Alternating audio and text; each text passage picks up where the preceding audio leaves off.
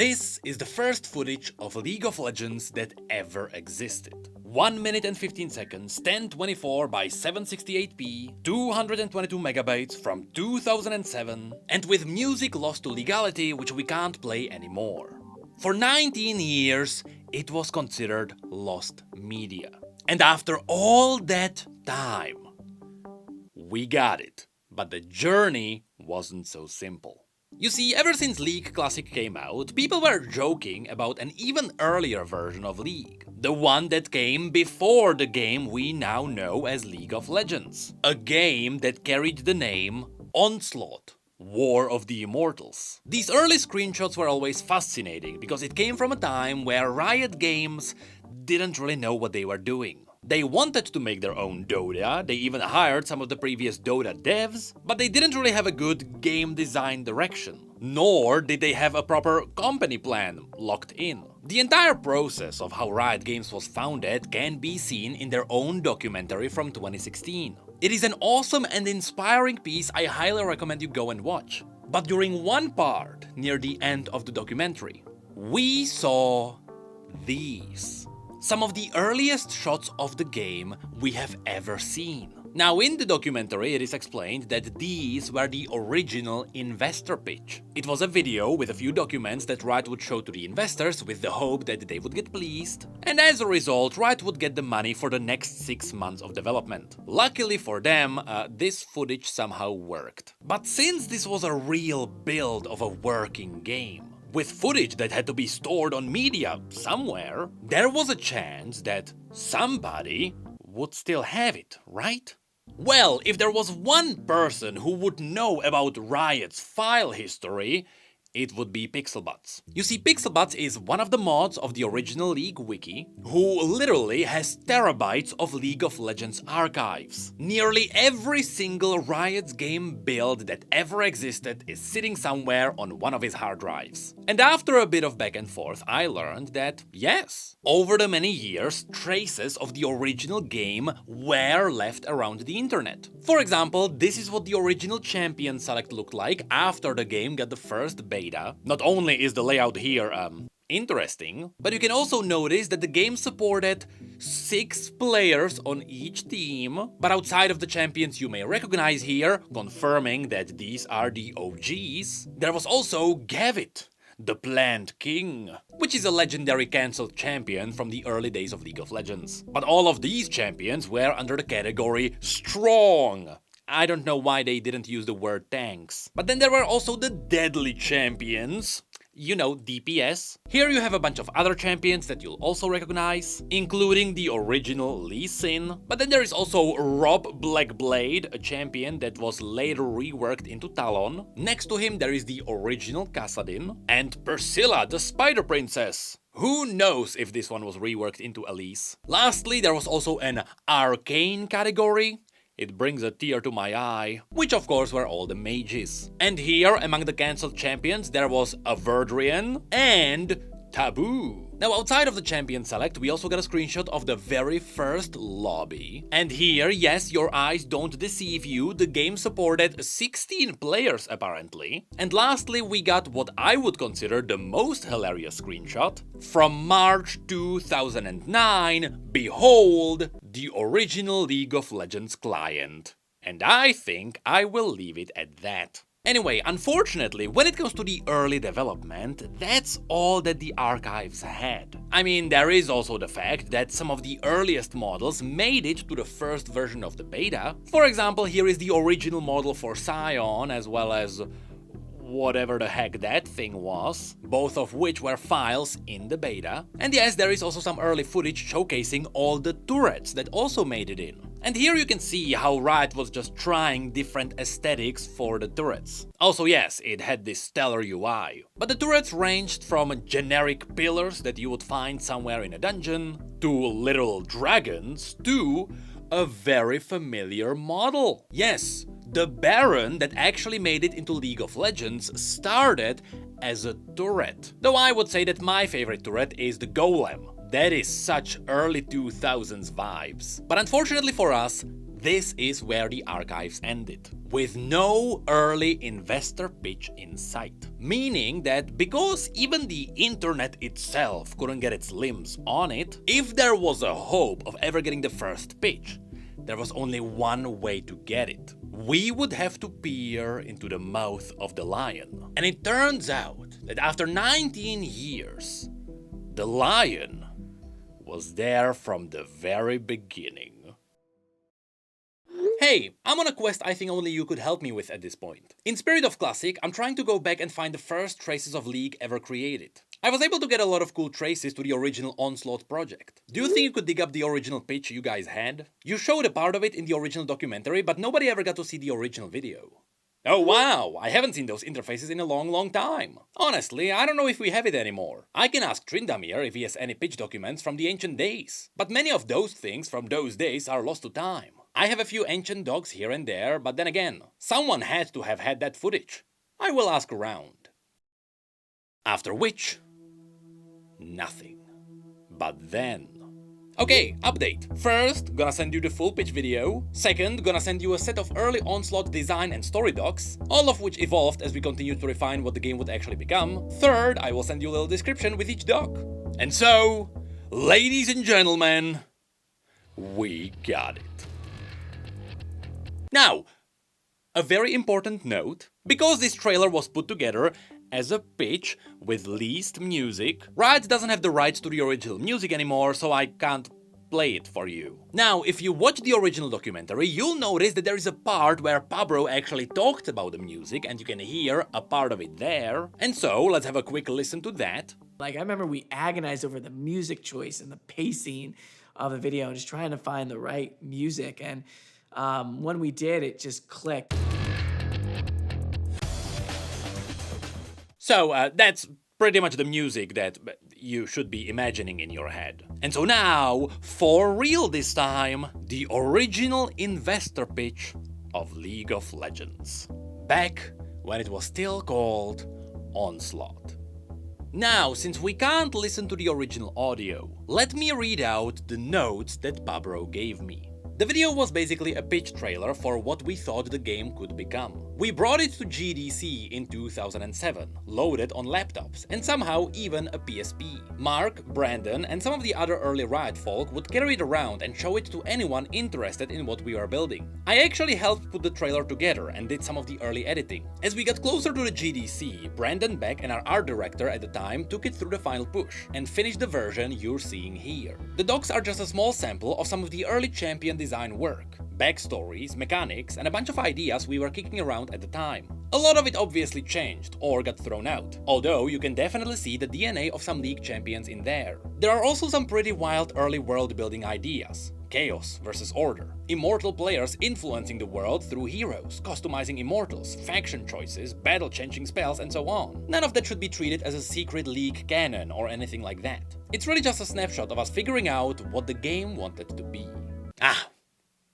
I like the idea of thanking people for watching the official pitch trailer. Anyway, in this trailer you might have noticed some pretty big changes in tone. For example, the Riot Games logo was partially painted in red, which was kinda referencing blood. And of course, League was originally called Onslaught, after which we got to see that the entire world was gritty. Early Riot really wasn't afraid of blood and gore. I mean, that's simply what early 2000s gaming was about. But also, if you have a look at the map, you can see it doesn't exactly look like an old school MOBA. It seems like Riot wanted to evolve it a little bit, which is why the bases look more like RPG cities. And as you ran around with the champions, it felt more like you were playing something like Diablo. And look at those champions. So here we got the first ever version of Annie. Later the trailer also got a full reveal. And in front of her you can see some minions fighting Zij, the mad chemist. And behind Annie, look at the caster minion, which was just a good old archer. I also love how the game used to use the classic MMO portraits with every team member being there. For context,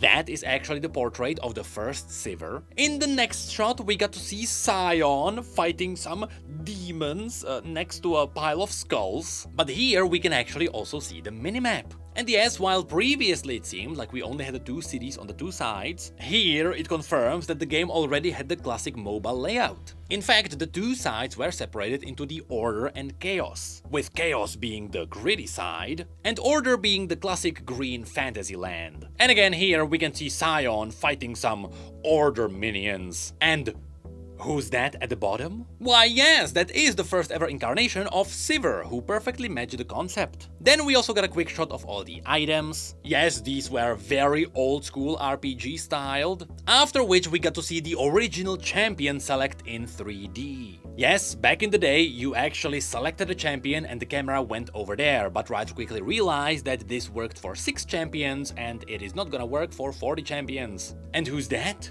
Why yes, that is Jizun, the blind monk, who had abilities such as built like a brick wall on roids, so quick I'm even fast asleep, my inner chi is strong, or crushing blow that confounds. After which the trailer goes through a bunch of screenshots of the two bases, then it interlaces with the amazing champion introductions, and then we can see our champions fight somewhere in a dungeon. And I wonder if this is perhaps somewhere inside a base? Because on the Chaos side, it seems like you would be able to enter the castle that should be the Nexus. And lastly, one of the shots also shows us Scion hovering the abilities. And here you can see that even back in the day, Scion already had the Stunning Gaze as his ability. But also, apparently, he was able to summon ghosts. So yes, he had a little bit of Yorick in him. After which, the trailer gives us all the logos and the thank you. But that is not where our history lesson ends. Because Pablo also managed to give me some of the original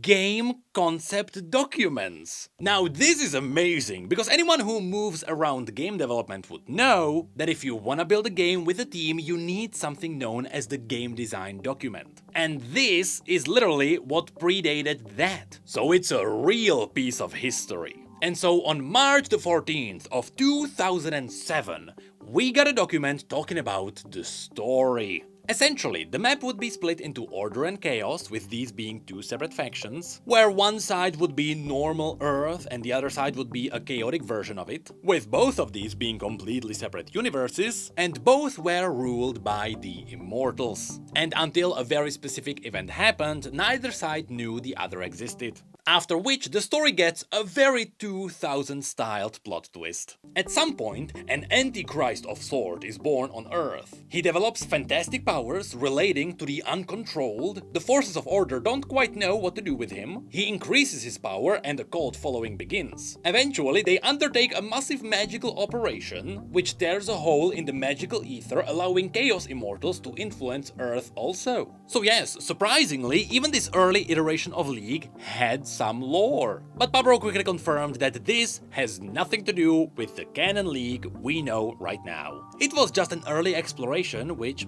yes, later influenced the Summoners, which are the players. Because of course, the Immortals are supposed to be the players, and it then mentions, when a player creates his Immortal, he decides whether or not to be Chaos Immortal or Order Immortal. There will be a small percentage of heroes that can only be selected by Chaos or Order Immortals, but the rest of the heroes are neutral and can be selected by any Immortal. Now this is fascinating, because the original idea was that some champions would be able to be picked on only one side. For example, imagine if Rammus was only pickable on the blue side and someone like Azir would only be pickable on the red side. Honestly, that sounds like an interesting idea. But what's crazy is that at the beginning of the game, when a player creates their account, they would choose which side they wanna play for. And from that point on, they would be locked in. Now that would be hilarious. But then it continues. The Immortals can have extremely varied look and feel to them. Each faction has 3 to 5 base models for their Immortals. And then as the Immortal levels, the player gets to choose new features for their Immortal's look, such as adding a new tattoo, an extra snake head, angelic wings, a scorpion tail, and so on. Each player can cast a spell that will summon their custom Immortal into the battle, which could turn the tide of battle. So interestingly enough, the Immortal could also become a unit which the player could summon onto the battlefield. So essentially they would be summoning themselves. Which sounds interesting, but at the end of the day, it seems like the Immortals would be just glorified super minions. And for the most part, that is it for the original story document. And so next we can also dive into some of the early champion documents. Now, before we dive into the specific champion concepts, first we have to talk about the class system. So, in this document we learn that even back in the day, the champions were already locked into the 18 levels. The leveling of abilities worked almost as it does right now. And I love how the automatically leveling passive had to be a separate point, because back in the day, a passive ability that leveled up on its own was a revolutionary idea. In old RPGs, you had to hand level everything. After which you can see that the champions were split into 6 types, which shared the same stat passives. So there were battle tanks, which had tons of hit points. Now, to explain the boomer talk, hit points is HP, health, and they had massive physical damage. And their stat effect was that they would get 10% increased defensive stats. Then there were caster tanks, who were described to have a fairly large health pool, but they relied on abilities for damage. They would get 5% more health and some spell damage. Then there were melee finesse, also known as assassins, hero slayers, bashers, or other rapid attackers. I'm happy only the assassin term stuck around. Hey, our team composition doesn't look good. Can you pick a basher? Anyway, these got some offensive bonuses and 10% dodge. We all love dodge. Then there were range finesse, which is the same thing except range damage. AD carry. Then there were true casters. They were ranged nukes, disablers, or support casters. Hey, can you pick a disabler? Of course, these got 15% on spell effects. And finally, there were battlecasters. Generally have a nuke and a disabler, but are reliant on their physical damage late game to compete. That sounds like a nightmare to balance. Anyway, then we got a quick list of stats, like MP, HP, crit, ASPT. You know, the classics. And all heroes surprisingly started with the same stats. Which actually gets us to the heroes. Yes, our last concept document reveals 3 champions, with the first one being Zij, the Mad Chemist. And again, going back to Riot's gritty start, you can see that in his concept, Singed was covered in blood and he was carrying skulls around. In fact, it is described that whatever he is carrying in his hand is supposed to be a chemical bomb. After which we got to learn about his 4 abilities. So the first ability was an acid cone that dealt damage and prevented all healing for 8 seconds. His second ability was a potion, which he drank and it regenerated some health and mana. His third ability threw a flask that created an area that slowed enemy by 90%. We know this one. And his ultimate let him drink a super potion that gave him more stats. We know this one as well. But surprisingly, back in the day, Singed didn't have a poison cloud. Now next up there was Annie, who was described as circled above her head by cute small stuffed animals and carrying one in her left hand. The Dark Child has flames dancing around her feet and fire around her right hand. Her first ability was a shield that reduced her damage taken and had a small percentage chance to reflect abilities. Her second ability was a wave of fire that burned enemies and it dealt more damage the burned the enemy was. The third ability was a nuke that also splashed around, and once again it dealt more damage if the enemy was already burned. And her ultimate summoned Tibbers, except back in the day he was called just a stuffed animal. And lastly, going through the original champion concepts, there was also, even though we didn't get the concept art, the Great Steam Golem, which is of course Blitzcrank, except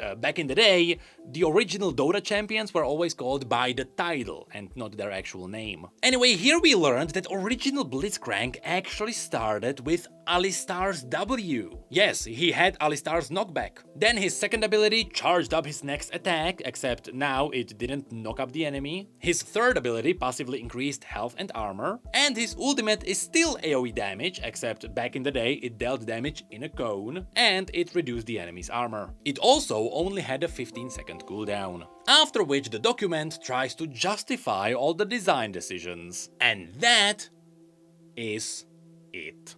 What you just witnessed was the first ever investor pitch of League of Legends that dropped about 19 years ago. And after all that time, we got to witness it in the full glory again, without the music. Now, you may have noticed that the champion concepts showed page 1 out of 66, and that's because Pabro just ripped out a few pages from the entire document. So yes, technically, there is more stuff somewhere out there, and I just hope it doesn't get lost. Because today, a piece of internet history was archived. And thank God it was.